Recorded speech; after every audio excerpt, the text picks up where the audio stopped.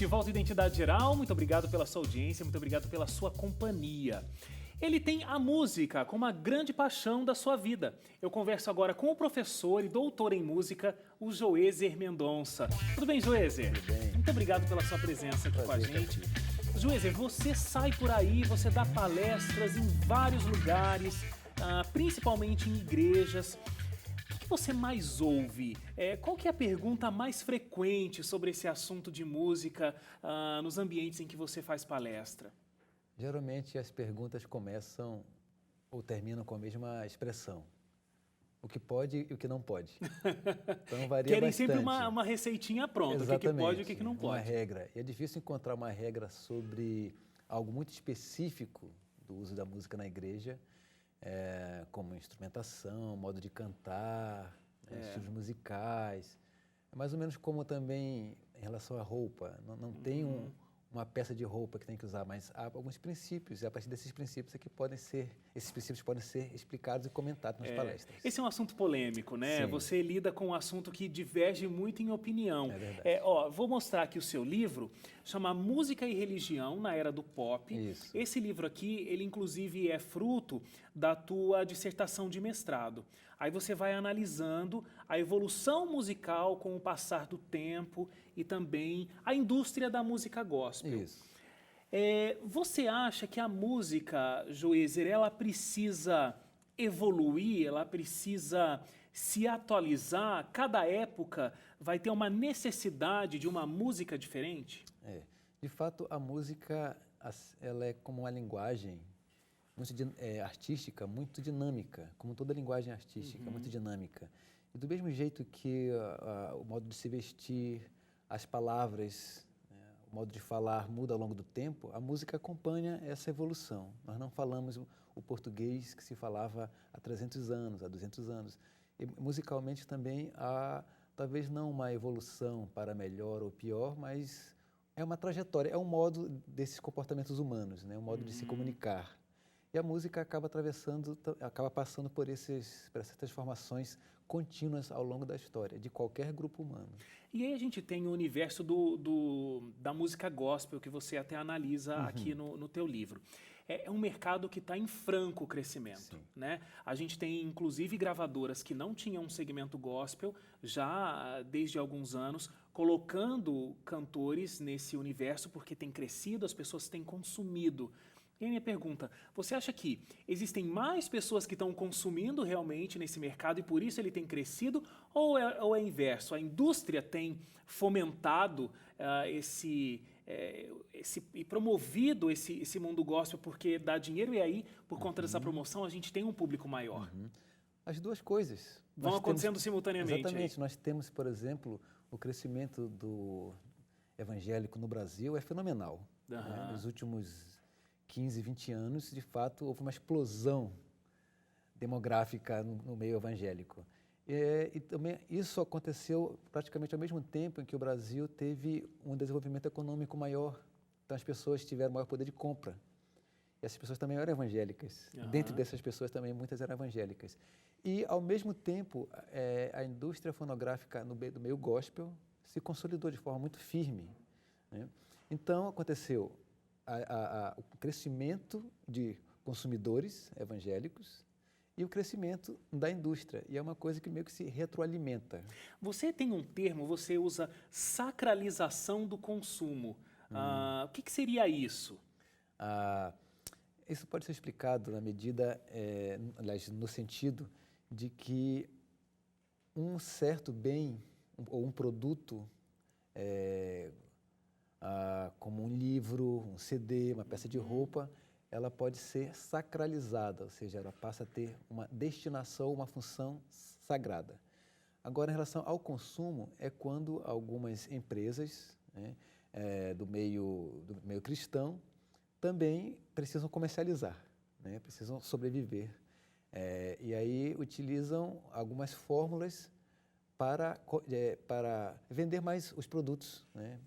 Seja o que for, pode ser um CD com música sacra, ou, como eu falei, uma peça de roupa, uma carteira, né? Então, você cunha aí esse termo sacralização do consumo, mas não como sendo uma crítica ao consumo que existe desse produto dito sacro? Consumir não é pecado, digamos assim, nem comprar, né? Então, comercializar não tem sido, não é algo que é problemático em si. Não é o problema. As pessoas compram e vendem inários, comida, tudo que é vendido no meio evangélico também. Sim. O que pode estar errado, e algo que merece uma reflexão em todo o meio evangélico, é se o que é sagrado está sendo utilizado como uma estratégia comercial para vender mais. Posso explicar? Seria mais ou menos assim: a minha empresa, ela pode vender mais se eu anunciar que todos os trabalhadores aqui são evangélicos. Ou seja, esse produto não vai ser necessariamente melhor do que de uma outra empresa que não tem trabalhadores cristãos, necessariamente porque na minha são cristãos. Não é o fato de ser cristão que automaticamente transforma o meu produto melhor. Claro. Então, se eu utilizar isso como uma forma de vender meu produto, essa é uma coisa, que é uma estratégia comercial, isso pode ser uma coisa que merece ser repensada. Okay. Mas apenas vender o produto, comercializar, não teria uma dificuldade. Não vejo problema. Você falou sobre, fez uma comparação, a evolução da música com a evolução da linguagem. A gente, o português que Dom Pedro chegou falando aqui no Brasil não é o português que nós falamos hoje. Existiram mudanças. Mas a gente também vê mudanças na música e no universo gospel muito fortes. Então, hoje a gente tem o axé gospel, a gente tem o forró gospel, a gente tem eletrônico, a gente tem funk, a gente tem sertanejo, a gente tem todos os estilos musicais seculares, populares, sendo atrelados à música gospel. Trazer esses ritmos populares para uma música sacra, para uma música cristã, não é também essa questão até da sacralização da fé, a sacralização do consumo?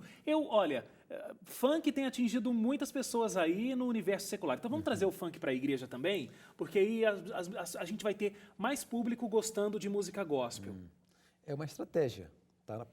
Faz parte da estratégia a sacralização de estilos musicais. Se a gente considerar que nenhum estilo nasce sacro, nenhum estilo, mesmo estilo religioso, não nasce sacro, mas ele vai ter uma função sacra, isso é uma coisa.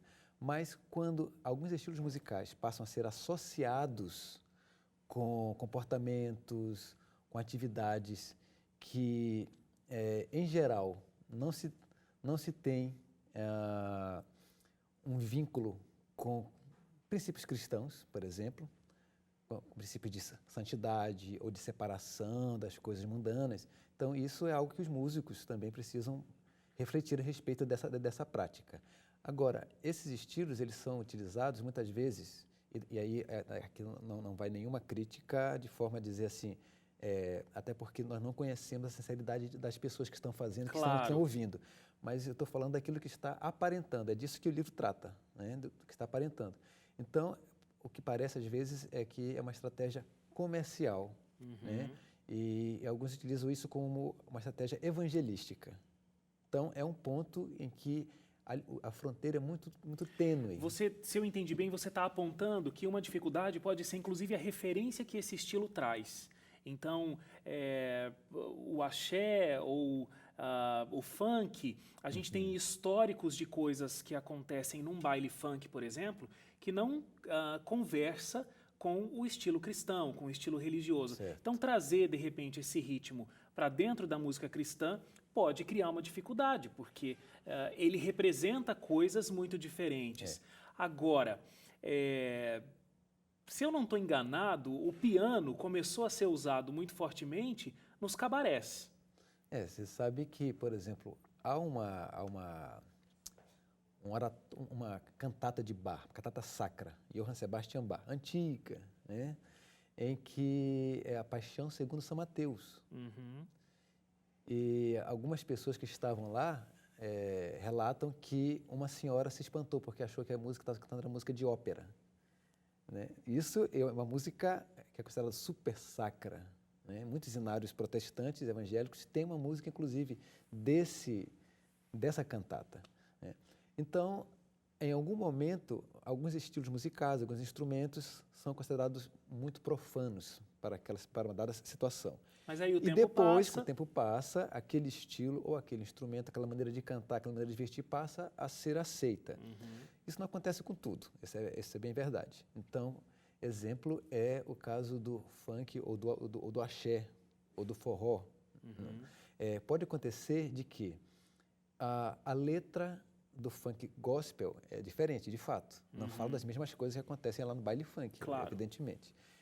Mas o problema, às vezes, está em que a carga de duplo sentido que tem no funk secular, ela, às vezes, é trazida para o funk gospel. Então, por exemplo,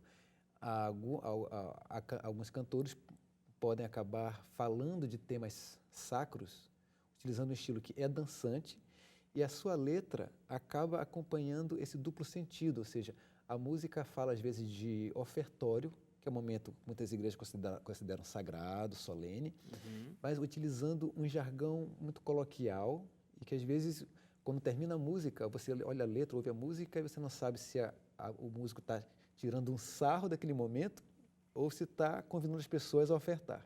Então, esse duplo sentido, quando vem junto com o estilo, isso eu acho que ameaça um pouco a estabilidade do culto. A gente tem uma grande preocupação por parte dos líderes religiosos de hoje de conseguir conversar com essas mentes pós-modernas, né? As mentes que estão muito focadas em todo esse aspecto da pós-modernidade.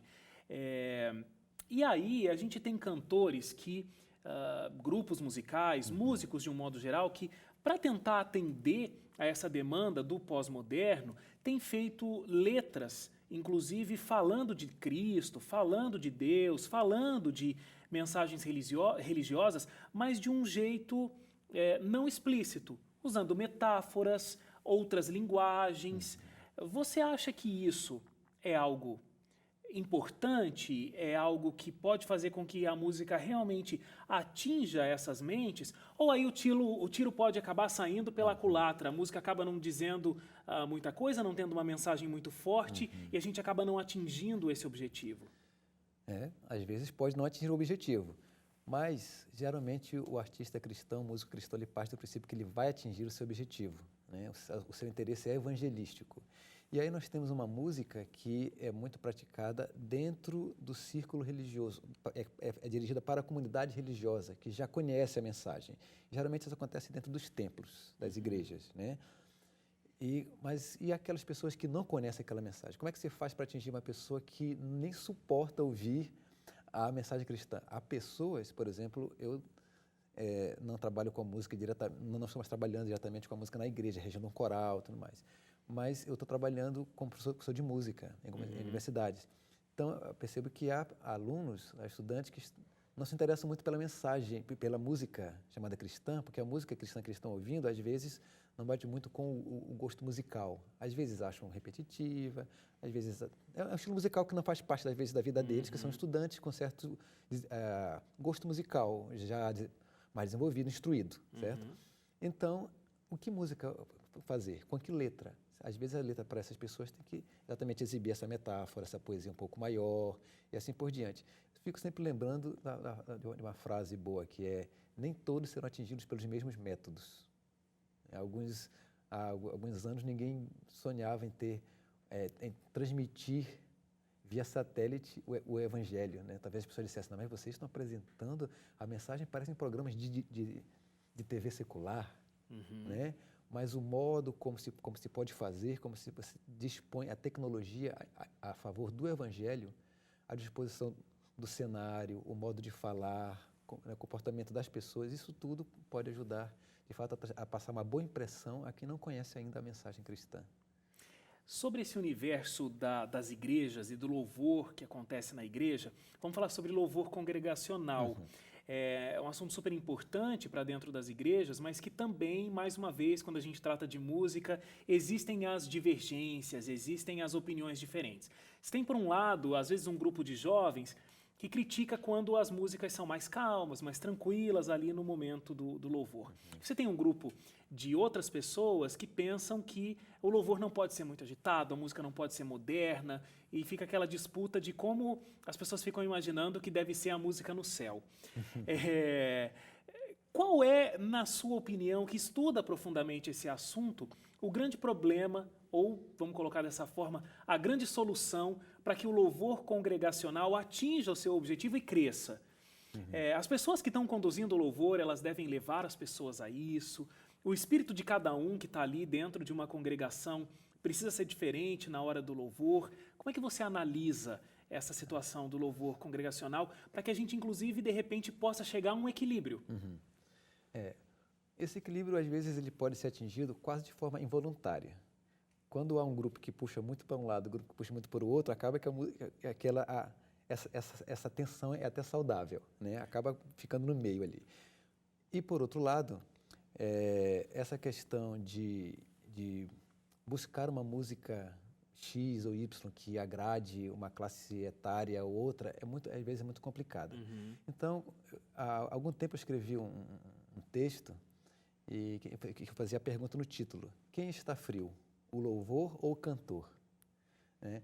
Então, algumas pessoas acham que o louvor está muito frio, que é um louvor mais aquecido. E alguns acham que, na verdade, quem está frio é a congregação, né? Que vai ser um espírito de adoração. E muitas vezes a gente esquece que Deus não vai atrás Deus não está buscando espectadores, mas adoradores, né? Que adoram espírito em verdade. E tem uma grande diferença aí. Exatamente. As pessoas, tanto que nós usamos a expressão, eu vou assistir um culto. Eu não vou participar de um culto, não vou adorar. Então essa expressão já é passiva, de sentar e esperar que alguém ensine ou fale algumas coisas lá na frente durante alguns minutos e eu volto para casa. Agora, imagina a diferença de eu ir à igreja para adorar o Deus junto com a comunidade que adora o mesmo Deus, que tem os mesmos princípios, né, convidando outras pessoas que ainda não estão naquela igreja ou não. Então, isso eu acho que faz muita diferença. Então, às vezes, pode não ser a música, às vezes pode ser a minha atitude de adorador, e às vezes pode ser a música também. Às vezes, algumas pessoas vão dirigir o louvor e escolhem músicas tipo: vamos aprender um novo hino, um hino que faz tempo que a gente não canta. E eu fico me perguntando assim, se a igreja não canta mais aquele hino, se ele não é muito cantado, é porque ele pode não ser muito preferido. Então, de repente, já passou o tempo dele. Mas observa que muitos hinos, eles se mantiveram ao longo do tempo. 600, 800, 1000 hinos, mas alguns se mantêm. Nós temos aí uma base de 150, 200 hinos que são sempre muito cantados pelas igrejas mais tradicionais. E, ao mesmo tempo, surgem novos hinos. É só a gente lembrar que nenhum hino nasceu tradicional. Todos eram contemporâneos quando nasceram. É interessante, bem interessante essa observação. Isso faz a gente realmente refletir quando a gente for fazer uma crítica, né? Nenhum hino nasceu com cara de antigo, nenhum hino nasceu ultrapassado. Ele era contemporâneo no momento em que ele nasceu. Da sua época, principalmente no século XIX, que é quando os hinários protestantes, os principais hinários evangélicos começaram a ser forjados ali. E a música acontecia, era a música da sua época. Nós somos, talvez, a geração criada no século XX em diante, somos a primeira geração na história do cristianismo a cantar música de 200 anos atrás. 300 anos atrás. Porque os hinos estão fazendo aniversário aí, né? Porque todos cantavam, claro. Principalmente porque não tinha como preservar, como fixar o hino em um suporte, como os hinários. Nem todos liam partitura. Claro. E às vezes muita gente nem sabia ler. Então, quando você olha a história da música evangélica, você observa que a dificuldade de se ensinar um hino novo, de marcar o hino, o ritmo no seu tempo, de afinar, todo mundo cantar o hino afinadinho, era muito difícil. Ô Suézer, deixa eu te fazer uma pergunta sobre o teu doutorado. Tá. O teu doutorado, você investiga a mensagem teológica da Igreja Adventista, ou seja, se as crenças fundamentais da Igreja Adventista, elas estão sendo tratadas nos hinos, na música da Igreja Adventista. Isso. Qual foi a sua conclusão? O que você viu no teu estudo? Esse estudo, ele não pretendeu ser, a princípio, muito conclusivo, mas ele tenta traçar um painel histórico e, ao mesmo tempo, teológico. Então, são duas perguntas que a tese faz, né? Eu espero que vire livro um dia assim também. Assim como o mestrado virou. A primeira pergunta é: como a teologia da igreja fala sobre a música? Como ela orienta a música? Né? Então, você investiga, no caso, os teólogos adventistas, escritores e escritoras adventistas, que vão, ao longo do tempo, orientando, né, não como fazer música, mas o comportamento durante a música, o louvor, a atitude e tudo mais. E a outra pergunta é, como os músicos expressam as suas crenças através das suas composições, no caso das crenças adventistas, como é o estudo da tese especificamente, né?